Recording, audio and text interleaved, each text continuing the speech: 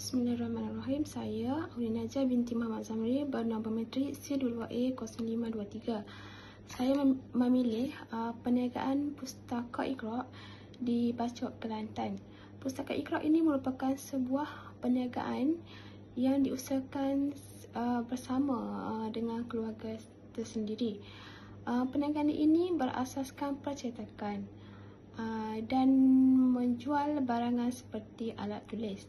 Perkhidmatan percetakan ini telah pun beroperasi secara fizikal melalui sebuah kedai yang menumpukan kepada penyediaan perkhidmatan percetakan dan keperluan dokumentasi kepada masyarakat setempat seperti pelajar, penjawat awam, guru dan juga orang awam.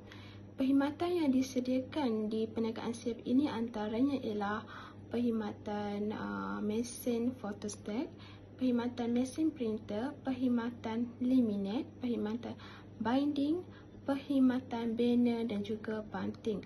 Kami juga menyediakan perkhidmatan seperti mengambil gambar pasport serta mencetak gambar Polaroid. Itu sahaja, sekian, terima kasih.